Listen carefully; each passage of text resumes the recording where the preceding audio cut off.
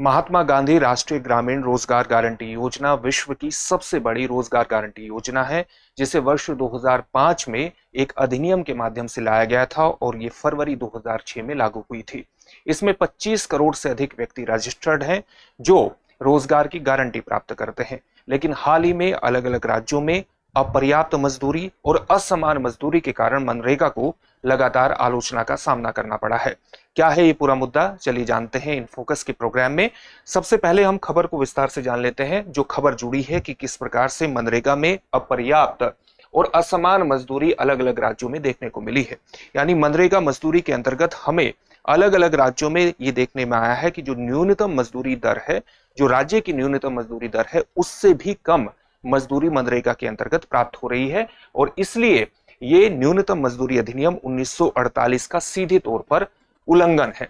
और मनरेगा मजदूरी के अंतर्गत एक महत्वपूर्ण फैक्टर ये देखने में आया है कि अलग अलग राज्यों में ये मजदूरी अलग अलग बनी हुई है और कई राज्यों में जो डिफरेंस है वो लगभग 250 रुपए तक पहुंच जाता है। तो इस खबर को विस्तार से देखेंगे। वित्त वर्ष 2025-26 में सिक्किम में जो मनरेगा मजदूरी के अंतर्गत हम अंतर देखते हैं, यानी मनरेगा में जो किसी मजदूर को मजदूरी प्राप्त हो रही है और जो न्यूनतम मजदूरी उसे कृषि क्षेत्र में काम करते हुए मिलनी चाहिए, उसमें जो अंतर है वो सिक्किम में 241 रुपए का है। यह अंतर आप समझ सकते हैं कि सीधे तौर पर कहीं ना कहीं एक कानून का उल्लंघन हो रहा है, जिसको हम न्यूनतम मजदूरी अधिनियम 1948 के नाम से जानते हैं। केवल 2 राज्य ऐसे हैं, जिन राज्यों का नाम है गोवा और हरियाणा, जहां पर मनरेगा मजदूरी अनुशंसित यानी रिकमेंडेड राष्ट्रीय न्यूनतम मजदूरी 375 से अधिक है। केवल 2 ही राज्य ऐसे हैं और राज्यवार जो मनरेगा मजदूरी के अंतर्गत असमानताएं हैं वे बेहद ज्यादा है। जैसे नागालैंड में जहां मजदूरी 241 रुपए प्राप्त होती है, वहीं पर हरियाणा में लगभग 400 रुपए है। इन आंकड़ों में थोड़ा बहुत अंतर होगा क्योंकि समय समय के साथ इसमें परिवर्तन भी होता रहता है। अब आप देखिए कि नागालैंड में 241 रुपए है और हरियाणा में 400 रुपए है, जो दोनों के बीच 159 रुपए का अंतर अभिव्यक्त करता है और अपने आप में ये मजदूरी के अंतर्गत एक बहुत बड़ा अंतर है। ये जो असमानताएं हैं अलग अलग राज्यों में मजदूरी के अंतर्गत, ये हमारे संविधान के अनुच्छेद 39 का भी उल्लंघन करता है, क्योंकि ये समान वेतन के लिए, समान कार्य के लिए समान वेतन की व्यवस्था करता है। यानी अनुच्छेद 39 में समान कार्य के लिए समान वेतन की व्यवस्था की गई है और अगर समान कार्य के लिए समान वेतन की व्यवस्था कहीं पर नहीं हो रही है तो वो सीधे तौर पर आर्टिकल 39 का उल्लंघन है। आप मनरेगा के बारे में थोड़ा सा जान लीजिए। मनरेगा को यानी महात्मा गांधी रोजगार गारंटी अधिनियम को एक अधिनियम के माध्यम से वर्ष 2005 में अधिनियम आया और इसको फरवरी 2006 में लागू किया गया। पहले इसको केवल नरेगा के नाम से जाना जाता था, लेकिन वर्ष 2009 में इसका नाम बदल करके महात्मा गांधी के नाम पर मनरेगा कर दिया गया, यानी महात्मा गांधी नरेगा इसका नाम कर दिया गया। और इसमें 25 करोड़ से अधिक व्यक्ति क्या है, रजिस्टर्ड है, जो इसे विश्व की सबसे बड़ी रोजगार गारंटी योजना के रूप में स्थापित करते हैं। तो मनरेगा का एक विशिष्ट महत्व है, ये सभी ग्रामीण परिवारों के कम से कम एक सदस्य को एक वित्तीय वर्ष में कम से कम 100 दिनों का रोजगार प्रदान करने की, 100 दिनों का अकुशल काम प्रदान करने की और उस अकुशल काम के माध्यम से रोजगार प्रदान करने की व्यवस्था करती है। तो ये सामान्य बात इसके बारे में हो गई, लेकिन इसमें असमान और अपर्याप्त मजदूरी को लेकर के हाल ही में इसकी आलोचना हो रही है। एक आलोचना इस बात को भी लेकर है कि जैसे जैसे महंगाई बढ़ रही है, उस महंगाई से न्यूनतम मजदूरी जो मनरेगा के अंतर्गत प्रदान की जा रही है उससे एडजस्ट नहीं किया जा रहा है, उसका समायोजन नहीं किया जा रहा है। यानी एक खराब मुद्रास्फीति समायोजन की स्थिति हमें देखने को मिलती है। और ये स्थिति इसलिए देखने को मिलती है क्योंकि जो न्यूनतम मजदूरी मनरेगा के अंतर्गत प्रदान की जा रही है उसे एडजस्ट किससे किया जाता है, उसे एडजस्ट किया जाता है उपभोक्ता मूल्य सूचकांक, एग्रीकल्चरल लेबर CPI-AL, कृषि मजदूरों के लिए उपभोक्ता मूल्य सूचकांक से इस न्यूनतम मजदूरी को एडजस्ट किया जाता है, जिसमें आधार वर्ष क्या बनाया गया है, आधार वर्ष 2009 का है।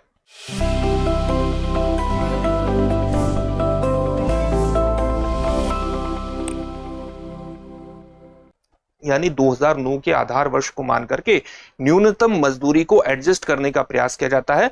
जैसे जैसे महंगाई बढ़ रही है उसके आधार पर आप जानते हैं कि 2009 के बाद भी बेहद ज्यादा महंगाई बढ़ गई है, इसलिए सही तरह से जैसे जैसे महंगाई बढ़ रही है, न्यूनतम मजदूरी में उसे एडजस्ट नहीं किया गया है और इसलिए कई विशेषज्ञों ने सिफारिश की है कि न्यूनतम मजदूरी के लिए किसे आधार बनाए जाने की आवश्यकता है?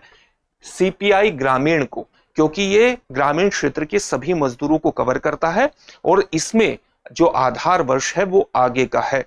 तो अगर जैसे जैसे महंगाई बढ़ रही है, इस महंगाई का समायोजन न्यूनतम मजदूरी में कर दिया जाएगा तो जो वास्तविक मजदूरी है उसमें एक बढ़ोतरी देखने को मिलेगी। लेकिन अगर आप आधार वर्ष बहुत कम रखेंगे तो वास्तव में जो मजदूरी है वो महंगाई से एडजस्ट नहीं हो पाएगी और जो वास्तविक मजदूरी है वो कम होती रहेगी। यानी अगर मजदूरी को आप मान लीजिए 150 पर ही रखते हैं, एक उदाहरण के तौर पर हम देख लेते हैं, जो वर्ष 2010 में 150 थी, 250 थी, मान लिया वर्ष 2010 में 250 मजदूरी थी और ये 2015 में भी 250 है, तो आपने क्या किया? महंगाई को एडजस्ट नहीं किया और इस दौरान महंगाई में 10% की बढ़ोतरी हो चुकी, तो वास्तव में 250 रुपए की जो क्रय शक्ति है वो तो कम हो गई, तो जो न्यूनतम मजदूरी दर है वो वास्तव में कम हो रही है।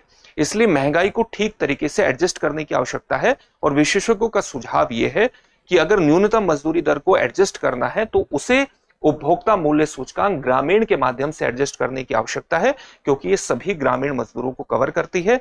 सिफारिशों के बावजूद भी सीपीआई आर को, यानी सीपीआई ग्रामीण को, कंज्यूमर प्राइस इंडेक्स ग्रामीण को नहीं अपनाया गया है और न ही आधार वर्ष को अद्यतन किया गया है, यानी उसे अपडेट भी नहीं किया गया है।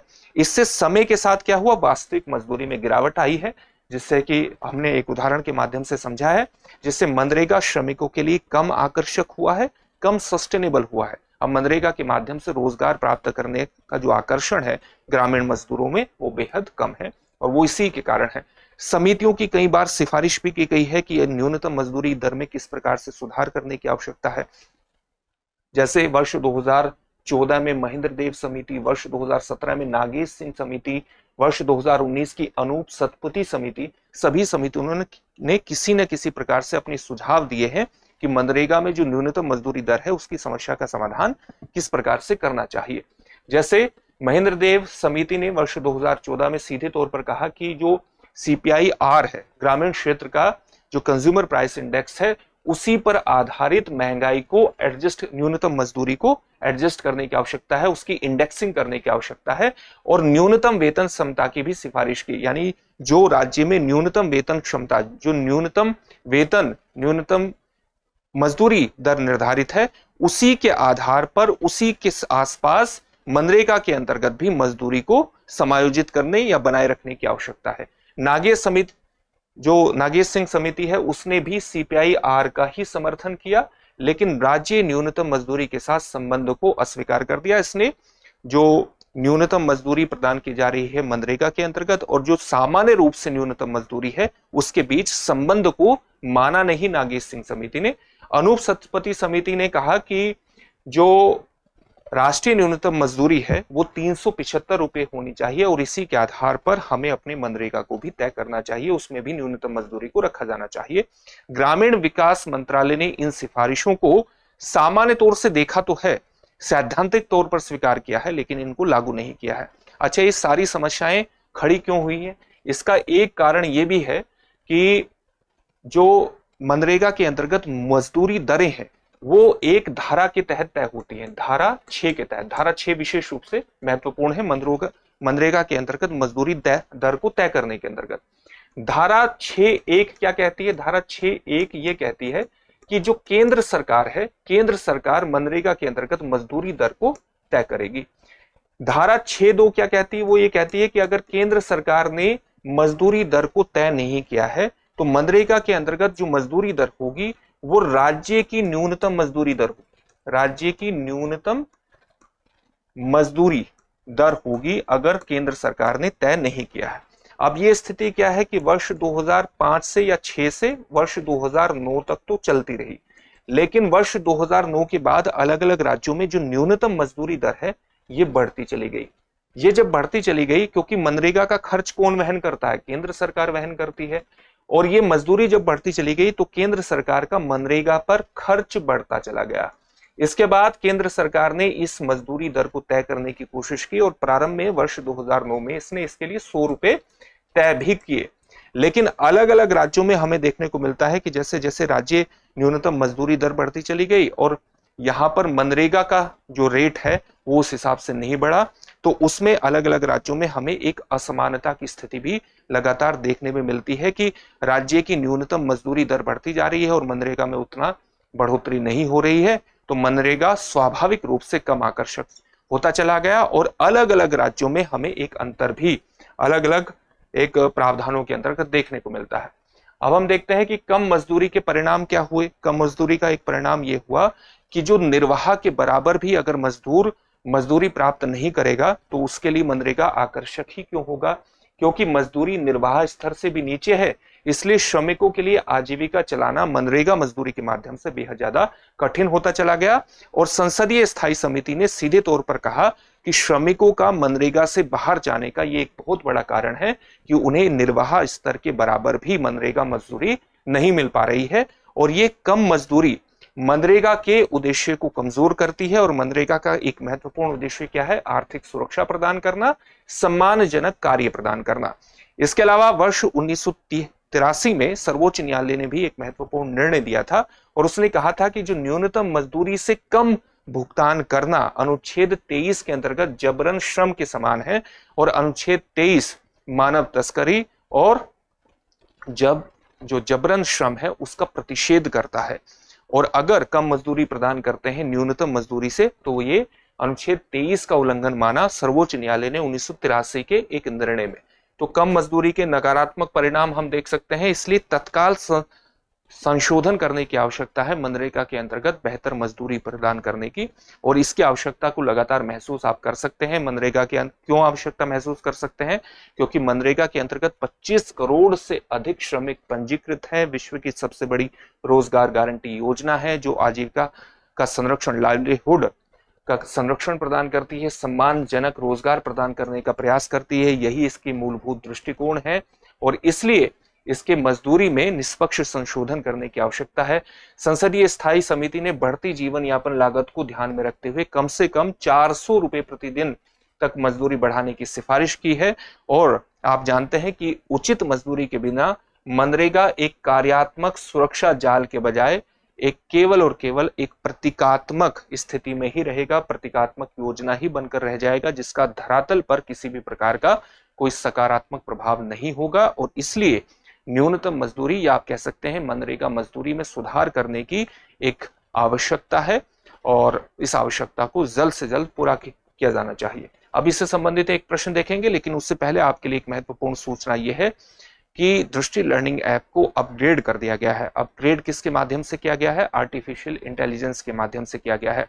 आर्टिफिशियल इंटेलिजेंस के माध्यम से अपग्रेड करके जो अपग्रेडेड दृष्टि लर्निंग ऐप है उसके 3 महत्वपूर्ण फीचर हैं। एक महत्वपूर्ण फीचर है एआई समरी यानी आर्टिफिशियल इंटेलिजेंस समरी।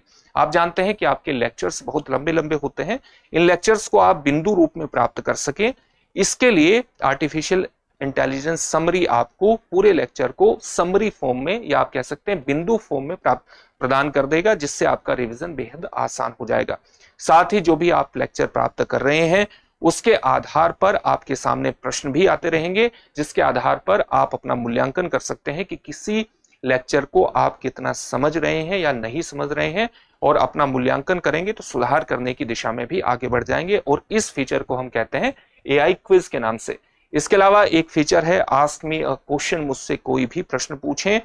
आप अपना स्व मूल्यांकन करने के लिए रियल टाइम प्रश्नोत्तर सुविधा भी आपके सामने दृष्टि लर्निंग ऐप में रहेगी। अगर कहीं भी लेक्चर के दौरान आपको कोई भी संशय होता है तो तुरंत आप संशय निवारण कर सकते हैं, प्रश्न पूछ सकते हैं और तुरंत आपको उसका उत्तर मिल जाएगा, जिससे आपका लेक्चर और ज्यादा समृद्ध होगा, आपकी तैयारी समृद्ध होगी और आप सफलता की दिशा में आगे बढ़ पाएंगे। तो दृष्टि लर्निंग ऐप को डाउनलोड कीजिए और सफलता की दिशा में आगे बढ़िए। अब हम प्रश्न देखते हैं। प्रश्न क्या है? निम्नलिखित में से कौन सी समिति या समितियां मनरेगा मजदूरी दर या सामान्य रूप से मजदूरी दरों से संबंधित है या है? आपके सामने ऑप्शन है महेंद्र देव समिति, नागेश सिंह समिति, अनूप सतपथी समिति या उपर्युक्त सभी। इस प्रश्न का उत्तर आप हमें कमेंट बॉक्स में कमेंट करके जरूर दीजिए। फिर से एक नए सेशन में आपसे मुलाकात होगी। धन्यवाद। डियर व्यूअर्स, अपने एग्जाम की तैयारी को और बेहतर करने के लिए हमारे चैनल को लाइक, शेयर और सब्सक्राइब करना न भूलें।